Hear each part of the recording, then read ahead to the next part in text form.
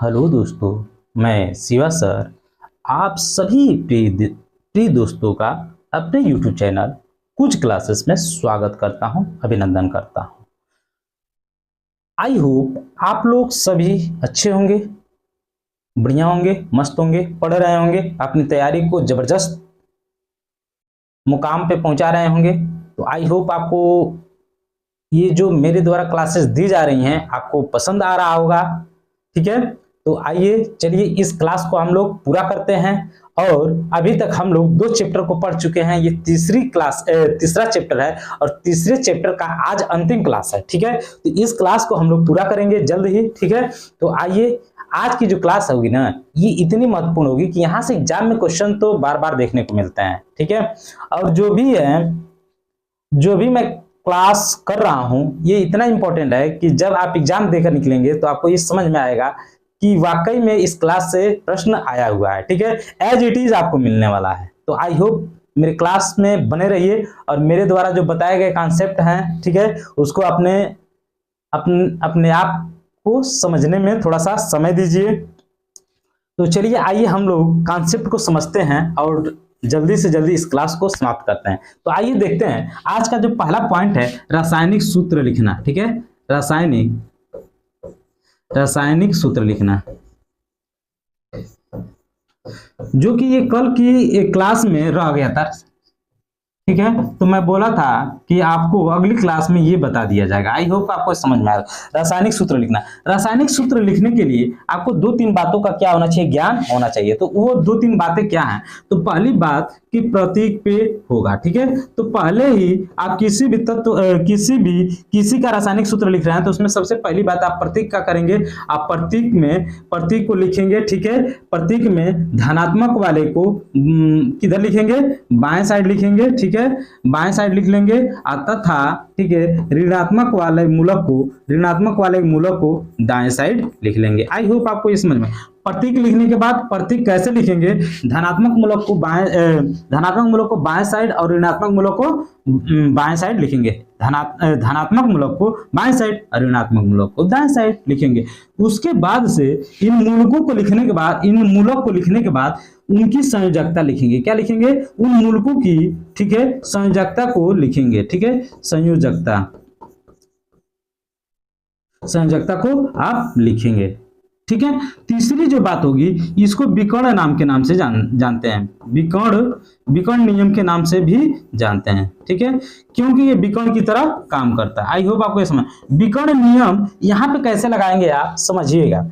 सबसे पहले कि जो पॉजिटिव वाला होगा, पॉजिटिव मतलब बाएं वाला, पॉजिटिव मूलक बाएं वाला में आप क्या करेंगे? इसको दाएं के नीचे लिखेंगे, दाएं के नीचे लिखेंगे। आई होप ये समझ में आ रहा होगा, नीचे लिखेंगे। ठीक है, अब उसके बाद से दूसरी जो लाइन होगी निगेटिव मतलब ऋणात्मक मूलक जो दाएं होता है, ठीक है, दाएं लिखा होता है, इसको आप कहां लिखेंगे? बाएं साइड वाले में लिखेंगे, बाएं के नीचे लिखेंगे। ठीक है, नीचे आप लिखेंगे और आपका जो रासायनिक सूत्र बनके तैयार हो जाएगा। ठीक है, तो आइए हम लोग इन कुछ सूत्रों के माध्यम से समझते हैं। तो सबसे पहले हम लोग समझते हैं सिल्वर क्लोराइड को। ठीक है, सिल्वर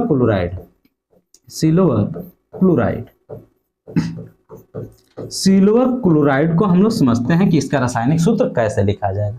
तो देखिए सबसे पहले हम लोग बताए हैं कि आपको सिल्वर का मतलब सबसे पहले आपको प्रतीक लिख लेना है। ठीक है, अब देखिए प्रतीक तो लिख लिए। प्रतीक ये धनात्मक वाला बाएं साइड, ऋणात्मक वाला दाएं साइड लिख लिए। समझ में आ रहा है ना? अब देखिए इसकी जो संयोजकता होती है +1 होती है और इसकी जो संयोजकता होती है -1। दूसरी बात भी हम लोग कर लिए। अब तीसरी जो बताया है विकर्ण वाली बात, तो देखिए ये वाला इसके नीचे आ जाएगा, ये वाली संयोजकता इसके नीचे।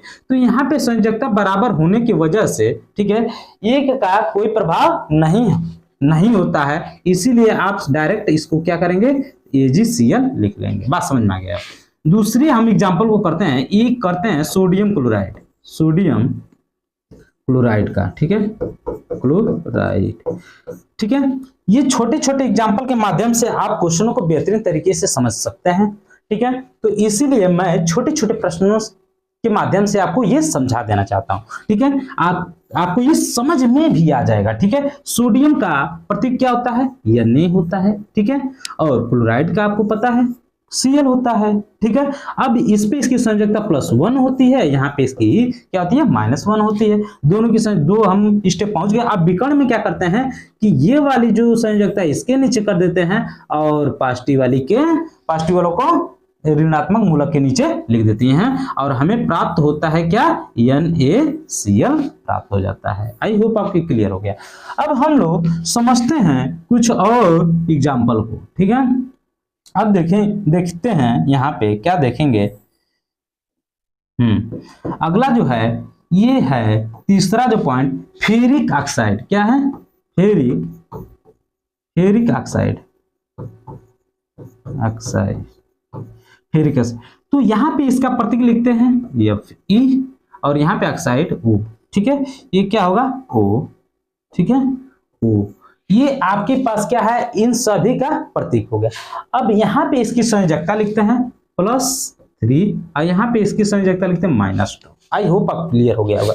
2 स्टेप हम लोग काम कर दिए। अब यहाँ पे लिखेंगे Fe, इसकी संयोजकता 2 और यहाँ पे O की 3। तो ये हमारा ओवरऑल क्या होगा, सूत्र प्राप्त हो गया, ठीक है। देखिए ये इसके नीचे लिख दिए, ये इसके नीचे लिख दिए। आई होप आपको क्लियर हो गया होगा। अब हम लोग जो अगला एग्जांपल समझेंगे जो कि अति महत्वपूर्ण है, ठीक है। आपका कोई भी क्वेश्चन इधर उधर ना हो, आपको समझ में भी आ जाए इसके लिए, ठीक है। फेरिक सल्फेट, कौन सा sulphate, ferric sulphate.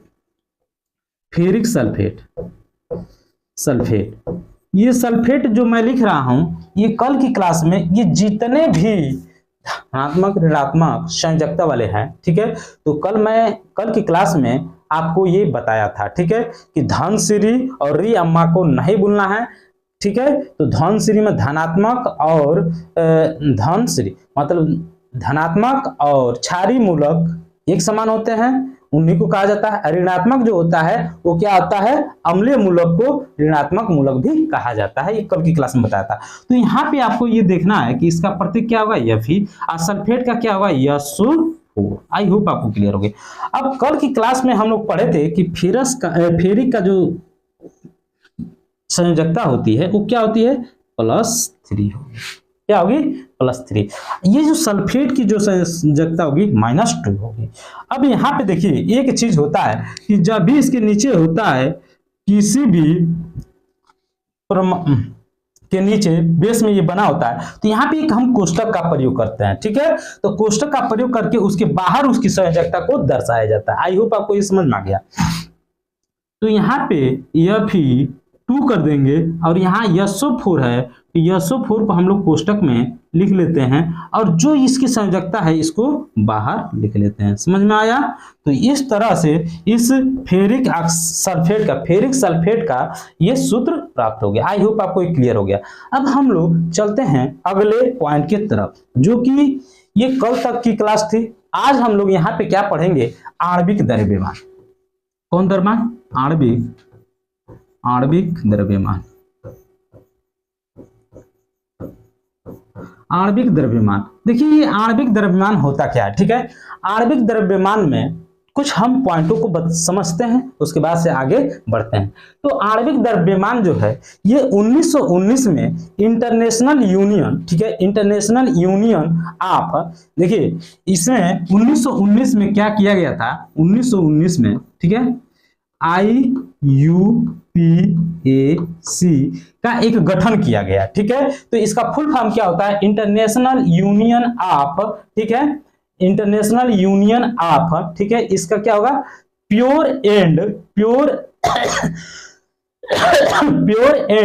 Applied chemistry, ठीक है। इसका क्या होता है, फुल फॉर्म होता है। तो इसी के माध्यम से हमें क्या पता चलता है कि तत्वों का प्रतीक, ठीक है, ठीक है, तत्वों का प्रतीक, इसका भार, ठीक है। देखिए यहां पे ध्यान दीजिएगा थोड़ा सा, हाँ देखिए तत्वों का प्रतीक इसमें लिखा जाता है, इसका द्रव्यमान, ठीक है, क्या होगा, द्रव्यमान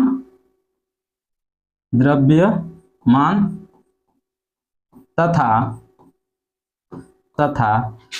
तत्वों का प्रतीक द्रव्यमान तथा इनका क्या, इनका मात्रक या यूनिट, ठीक है, मापन, ठीक है, मापन क्या हो जाता है, यह सब डिसाइड IUPAC करता है, international union of pure and applied chemistry के द्वारा इनके प्रतीक चिन्हों को, द्रव्यमानों को, उसके बाद से जो हम लोग ये क्या करते हैं, ये मापन करते हैं, इसके मात्रकों को इनके द्वारा मान्यता दी जाती है और इनको एक व्यवस्थित क्रम प्रदान किया जाता है, ठीक है।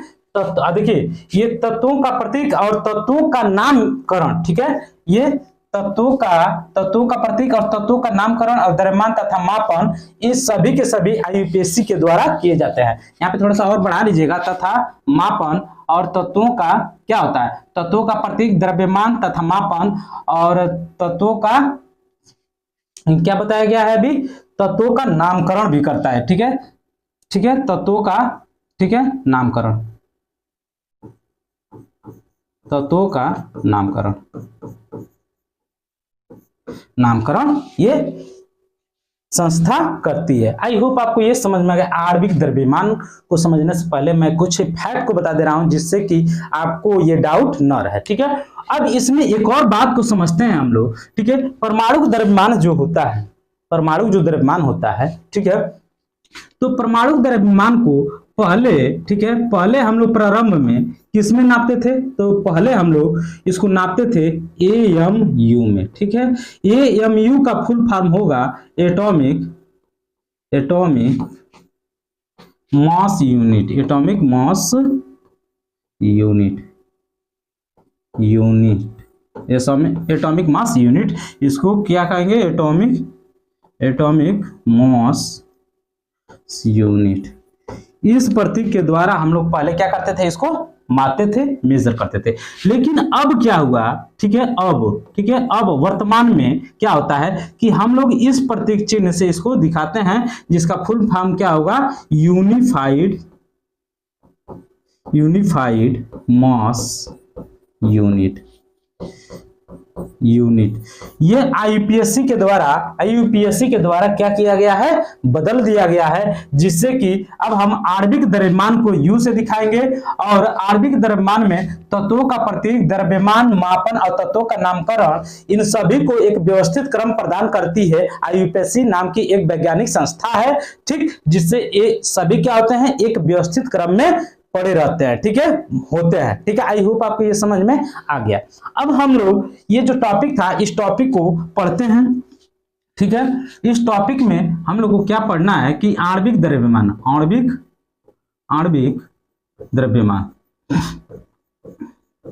द्रव्यमान क्या होता है, ठीक है। आणविक द्रव्यमान को थोड़ा सा हम लोग समझते हैं कि क्या होता है। आणविक द्रव्यमान क्या होता है कि किसी भी पदार्थ में, ध्यान दीजिएगा, किसी भी पदार्थ का आणविक द्रव्यमान, ठीक, किसी भी पदार्थ में आणविक द्रव्यमान, ठीक है, आणविक द्रव्यमान, उसमें ध्यान दीजिएगा, उसमें सभी संगठनों, उनमें सभी संगठनों का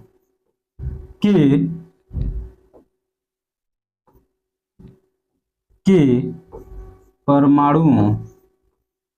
परमाणुओं का द्रव्यमान का योग होता है। आई होप आपको ये समझ में योग होता है। ये बात आपको समझना है कि आणविक द्रव्यमान आप कैसे डिसाइड करेंगे, निकालेंगे, कैसे निकालेंगे। किसी पदार्थ का आणविक द्रव्यमान, उसमें सभी परमाणुओं का द्रव्यमानों का योग आणविक द्रव्यमान कहलाता है। आई होप आपको ये समझ में आ गया होगा, ठीक है। परमाणुओं का द्रव्यमान का योग, परमाणुओं के, ठीक है, देखिए यहाँ उनमें सभी संगठनों की परमाणुओं का द्रव्यमान का योग होता है, जिससे हम लोग क्या कहते हैं, आणविक द्रव्यमान कहते हैं। आई होप आपको ये समझ में आ गया होगा। अब यहाँ पे हम लोग कुछ तत्वों के परमाणु द्रव्यमान को निकालेंगे, जिससे कि एग्जाम में क्वेश्चन बने, ठीक है, आपसे क्वेश्चन बने, ठीक है। तो देखिए यहाँ पे सबसे पहले आणविक द्रव्यमान को समझने के लिए हम लोग तत्वों के परमाणु भार को पता होना चाहिए, ठीक है। तो इसीलिए मैं कह रहा हूं, कल की क्लास में भी बताया था कि आप कम से कम 1 से 20 तक ही तत्वों के, ठीक है, परमाणु भार को याद कर लीजिए, जो कि अति महत्वपूर्ण होंगे। यहां से अगर ये पता होगा तो आप यहां से कई प्रकार के क्वेश्चन को कर पाएंगे आसानी से। आई होप आपको ये समझ में आ गया होगा। अब देखते हैं यहाँ पे हम लोग, और सूत्र का भी आपको पता होना जरूरी है, ठीक है, तभी जाके आप क्वेश्चन को बेहतरीन तरीके से कर पाएंगे। ओके, अब यहाँ पे हम लोग आणविक द्रव्यमान निकालते हैं, और चलिए मैं साथ साथ में आपको बताते चलूंगा कि क्या महत्वपूर्ण है, ठीक है। जैसे एक हम लोग देखते हैं अमोनिया, ठीक है, अमोनिया, ठीक है, अमोनिया। अब ये अमोनिया लिख के दे दिया, अब बोला इसका आणविक द्रव्यमान निकालिए, तो आप कैसे निकालेंगे? तो सबसे पहले तो देखिए आपको ये पता होना चाहिए कि अमोनिया जो होता है इसका सूत्र क्या होता है। इसका सूत्र NH3 होता है। देखिए आणविक द्रव्यमान पूछा है इसका, तो इसका पहले सूत्र पता होना चाहिए। अब सूत्र पता आप कर लिए तो अब ये थोड़ा सा पता होना चाहिए कि कैसे निकालते हैं। तो देखिए यहाँ पे नाइट्रोजन के कितने परमाणु हैं, तो नाइट्रोजन का 1 परमाणु है, और नाइट्रोजन का परमाणु भार कितना होता है, तो ये होता है 14, ठीक है। आप बीच में कर देंगे प्लस। ये देखिए हाइड्रोजन है, हाइड्रोजन के कितने परमाणु, हाइड्रोजन के परमाणु कितने हैं यहाँ पे 3, ठीक है, हाइड्रोजन के कितने परमाणु हैं 3, और एक हाइड्रोजन का परमाणु भार कितना होता है 1। आई होप आपको ये समझ में आ गया होगा। ये हो जाएगा 14 और ये प्लस 3, ये क्या हो जाएगा 17। अब देखिए अभी हम लोग पढ़े हैं कि परमाणु द्रव्यमान जो होता है इसका मात्रा कैसे लिखेंगे, तो U से यूनिफाइड। आई होप आप क्लियर हो गया होगा, ठीक है। तो इस तरह से आप क्या करेंगे, आणविक द्रव्यमान निकालेंगे। अब एक और एग्जांपल हम लोग देखते हैं, हाइड्रोक्लोरिक अम्ल,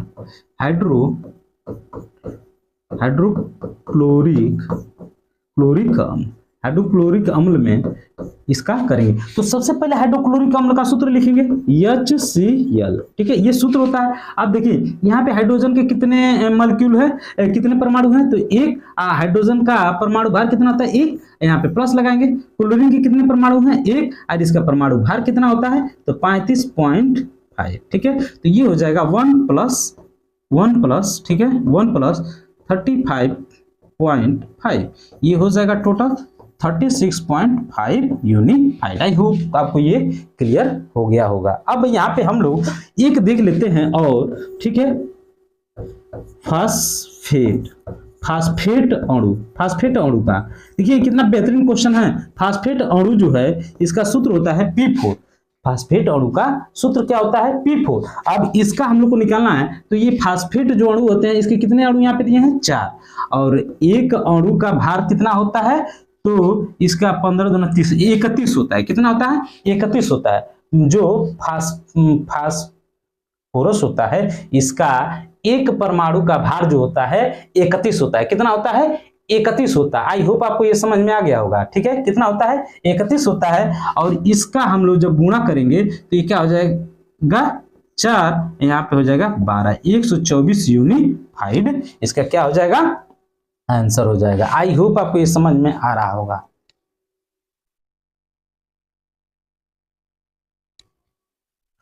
हाँ, तो ये समझ में आ गया। अगला जो है उसको हम लोग समझ लेते हैं ऑक्सीजन के अणु। किसके अणु, ऑक्सीजन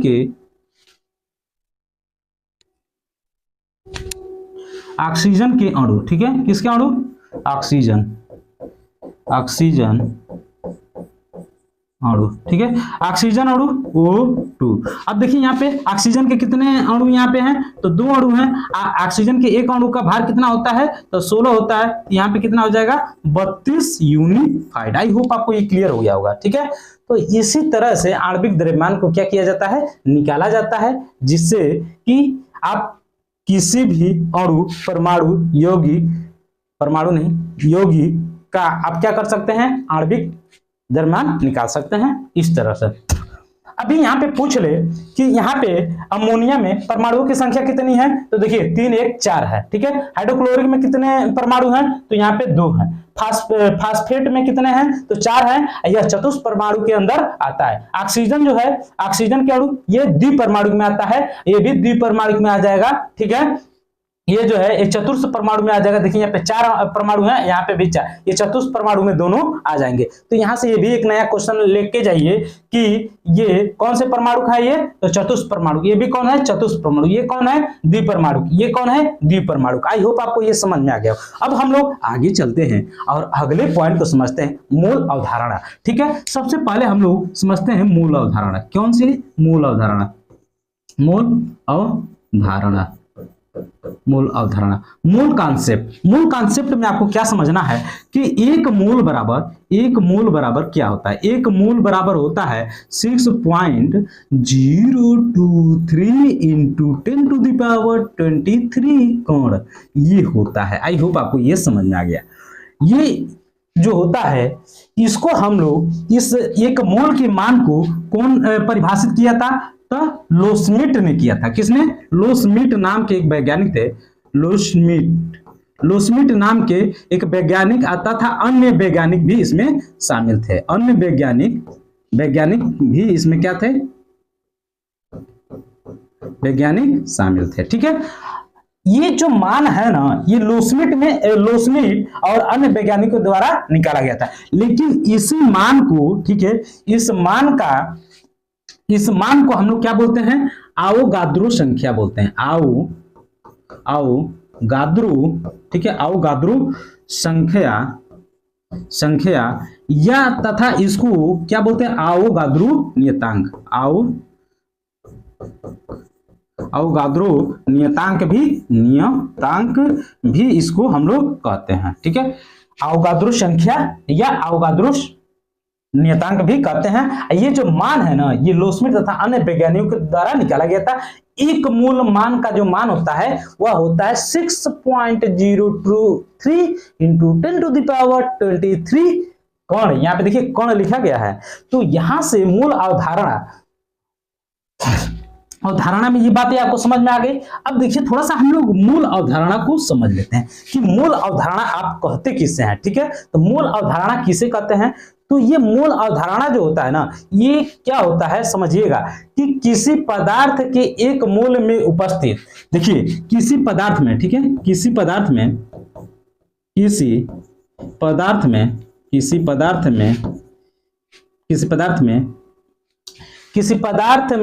ठीक है, एक मूल में उपस्थित, एक मूल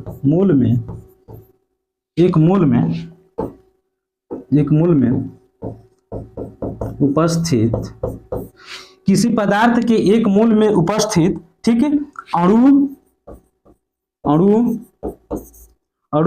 ठीक है, परमाणु। देखिए किसी पदार्थ में एक मूल में उपस्थित अणु, परमाणु, ठीक है, तथा आयनों, ठीक है, तथा आयनों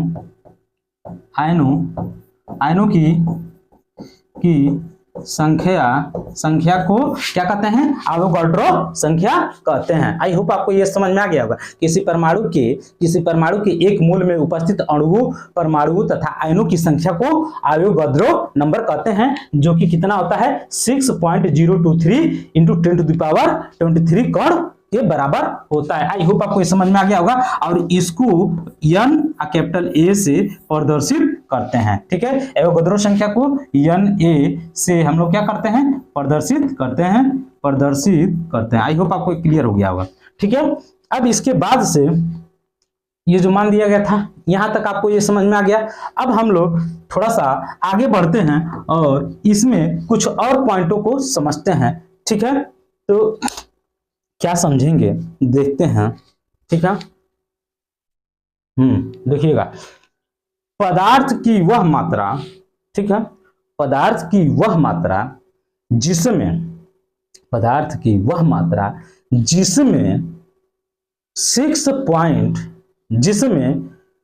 उसके 6.023 इंटू 10⁻23 कौण क्या हो, अणु परमाणु आयन उपस्थित हों उसे क्या कहते हैं, एक मोल कहते हैं। ये बात भी आपको समझ में आ गई होगी। आई होप आपको ये क्लियर हो गया। अब यहाँ पे कुछ उदाहरण को हम लोग समझते हैं। जैसे यहाँ पे लिखा है 1 मोल हाइड्रोजन, 1 मोल हाइड्रोजन, ठीक है। तो 1 मोल हाइड्रोजन को आप कैसे निरूपित करेंगे इसको समझिए। तो ये इस तरह से आप निरूपित कर सकते हैं, ठीक है। इस मान के हाइड्रोजन अणु इतने होंगे, ठीक है। अब यहाँ पे एक और एग्जांपल समझिए, 1 मोल, ठीक है, 1 मोल, ठीक है, 1 मोल, ठीक है, 1 मोल कार्बन डाइऑक्साइड, ठीक है। तो यहाँ पे भी ये होगा इंटू 10⁻23, ठीक, अणु, ठीक है। आई होप आपको ये समझ में आ गया। एक और एग्जांपल ले लेते हैं, 1 मोल, ठीक है, 1 मोल सोडियम क्लोराइड। देखिए ये आपको बस ये बताने का ये मतलब है कि देखिए 1 मोल तो इसके बराबर है ही है, हाइड्रोजन कह रहा है तो हाइड्रोजन अणु है, कार्बन डाइऑक्साइड कर रहा है तो ये अणु है, ठीक। 1 मोल सोडियम क्लोराइड कर रहा है तो देखिए ये मान तो आपको लिखना ही है, ठीक है। और उसके बाद से जिसके बारे में ये पूछ रहा है वह आपको लिखना नहीं भूलना है, नहीं तो आपका क्वेश्चन क्या हो जाएगा, गलत हो जाएगा। तो ये सोडियम क्लोराइड का इतना अणु 1 मोल में उपस्थित होता है। आई होप आपको ये समझ में आ गया होगा। अब थोड़ा सा हम लोग चलते हैं मोलों की संख्या की तरफ, ठीक है। अब हम लोग जानेंगे मोलों की संख्या, ठीक है, मोलों की संख्या, मोलों की संख्या, ठीक है। मोलों की संख्या तो ये क्या होता है, ध्यान दीजिएगा, किसी पदार्थ की, ध्यान दीजिएगा, किसी पदार्थ की मात्रा, किसी पदार्थ की मात्रा को मोल में निम्न सूत्र द्वारा प्रदर्शित किया जाता है, ठीक है। किसी पदार्थ में किसी पदार्थ की मात्रा को मोल में निम्नलिखित सूत्र द्वारा क्या किया जाता है, परिभाषित किया जाता है। जैसे परमाणुओं के लिए, ठीक है, परमाणुओं के लिए अलग सूत्र बनेगा क्या, और उसके बाद से अणुओं के लिए इस प्रकार से मैं आपको ये समझा दूंगा जिससे कि आपको याद हो जाएगा, ठीक है। परमाणु और आयनों, ठीक है। देखिए मोलों की संख्या का निर्धारण आप कैसे करेंगे, तो सबसे पहले आपको ये समझना है, मैं ये बात बता दिया, किसी भी पदार्थ में, ठीक है, किसी भी पदार्थ की मात्रा को 1 मोल में, ठीक है, मोल में इन सूत्रों द्वारा क्या किया जाता है, इन सूत्रों के द्वारा प्रदर्शित किया जाता है। जैसे परमाणुओं के लिए अगर पूछता है मोलों की संख्या, परमाणुओं में पूछता है मोलों की संख्या, देखिएगा यहाँ पे मोलों की संख्या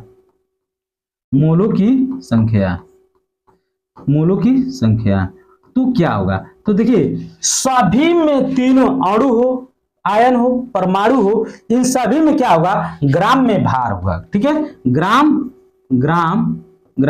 भार में, ठीक है, ग्राम भार लेंगे। और नीचे देखिए परमाणु कह रहा है तो यहाँ पे परमाणु लेंगे, क्या लेंगे, परमाणु लेंगे। आई होप ये समझ में आपको आया होगा। यहाँ पे क्या लेंगे, परमाणु भार लेंगे, क्या लेंगे, परमाणु भार को लेंगे, ठीक है। अब अणुओं के लिए मोलों की संख्या पूछ रहा है तो यहाँ ग्राम भार लेंगे, ठीक है, ग्राम भार ले लेंगे, ठीक है, भार ले लेंगे। और यहाँ अणु भार ले लेंगे, ठीक है, अणु भार ले लेंगे। आई होप आपको ये समझ में आ गया। यहाँ पे भी क्या करेंगे, ग्राम भार लेंगे, ग्राम भार, ठीक है, ग्राम। और यहाँ पे क्या करेंगे,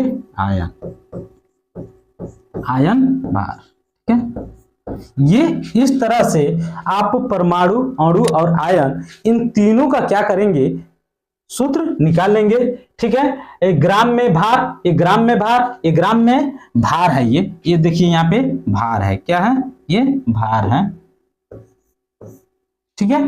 तो ग्राम में भार ऊपर लेंगे तीनों में, चाहे परमाणु, अणु, आयन हो, इन सभी में तीनों में परमाणु भार ऊपर ले लेंगे। और परमाणु का कहेगा तो परमाणु भार नीचे लेंगे, अणु का कहेगा तो अणु भार नीचे लेंगे, और ग्राम भार कहेगा तो आयतन भार नीचे लेंगे। आई होप आपको ये समझ में आ गया। अब ये सूत्र आपको तो पता चल गया। अब थोड़ा सा हम लोग आगे बढ़ते हैं और गैस के लिए पता करते हैं। गैस के लिए, जब ये गैस के लिए हो जाएगा गैस के लिए, गैस के लिए, तो गैस के लिए जब ये सूत्र पता करेंगे आप तो किस प्रकार से होगा, मोलों की संख्या, तो मोलों की संख्या आप कैसे लिखेंगे, मोलों की संख्या, मोलों की संख्या। तो यहाँ पे देखिए क्या लिखना है, गैसों के लिए अगर बात होगी तो कैसे लिखेंगे, आयतन लीटर में, आयतन लीटर में, आयतन लीटर में लिख लेंगे, किस में लिखेंगे, आयतन लीटर में, आयतन लीटर में। और उसके बाद से यहाँ पे आप क्या करेंगे, ये नीचे 22.4 लिखना नहीं भूलेंगे, जो कि ये क्या है, लीटर में। ठीक है, ये सूत्र आपको समझ में आ गया। अब आगे हम लोग गैसों का अणुभार निकालेंगे। कैसे, गैसों किस सूत्र से, गैसों का अणुभार, गैसों का अणुभार, अणुभार किस फार्मूले से निकालेंगे, ये बहुत इंपॉर्टेंट फार्मूला है, यहां से क्वेश्चन एग्जाम में आता है। ठीक है, तो यहाँ पे गैसों का अणुभार आप कैसे निकालेंगे, तो NTP, देखिए NTP पर, ठीक, गैसों, ठीक है, गैसों का आयतन, गैसों का आयतन किसमें, लीटर में, किसमें होगा, लीटर में। ठीक है, NTP पर क्या होगा, NTP पर गैस का आयतन, ठीक है, गैस का यहाँ पे गैस का क्या होगा, यहाँ पे गैस का द्रव्यमान क्या होगा, गैस का द्रव्यमान किसमें, NTP पर गैस का द्रव्यमान, ठीक, और गुण ये हो जाएगा 22.4, अब बटा यहाँ पे क्या कर देंगे, NTP पर गैस का आयतन। ठीक है, NTP पर, ठीक है, गैस का आयतन, गैस का आयतन। ठीक है, ये देखिए ऊपर भी यही वाला बात लिख दिया था मैं, देखिए NTP पर गैस का द्रव्यमान गुणे 22.4 और यहाँ पे NTP पर गैस का आयतन, ये गैसों का अणुभार आप इस फार्मूले से क्या कर सकते हैं, आसानी से निकाल सकते हैं। अब एक और छोटा सा पॉइंट है जिसको आपको समझना ही पड़ेगा, जिससे कि एग्जाम में क्वेश्चन आ जाता है फेर बदल करके। ठीक है, मोलर द्रव्यमान क्या होगा, मोलर द्रव्यमान को हम लोग समझ लेते हैं, मोलर द्रव्यमान, मोलर द्रव्यमान। ठीक है, ये मोलर द्रव्यमान होता क्या है, ठीक है, तो इस मोलर द्रव्यमान को समझ लीजिए, किसी पदार्थ में, किसी पदार्थ के एक मोल का द्रव्यमान, किसी पदार्थ के एक मोल का द्रव्यमान क्या कहलाता है, मोलर द्रव्यमान कहता है। एक बार और सुनिए, ये बहुत इंपॉर्टेंट है, मोलर द्रव्यमान, किसी पदार्थ के एक मोल का द्रव्यमान, किसी पदार्थ के एक मोल का द्रव्यमान, किसी पदार्थ के एक मोल का द्रव्यमान मोलर द्रव्यमान कहलाता है। आई होप आपको ये समझ में आ गया होगा, किसी पदार्थ के एक मोल का द्रव्यमान मोलर द्रव्यमान कहलाता है। आई होप आपको ये क्लियर हो गया।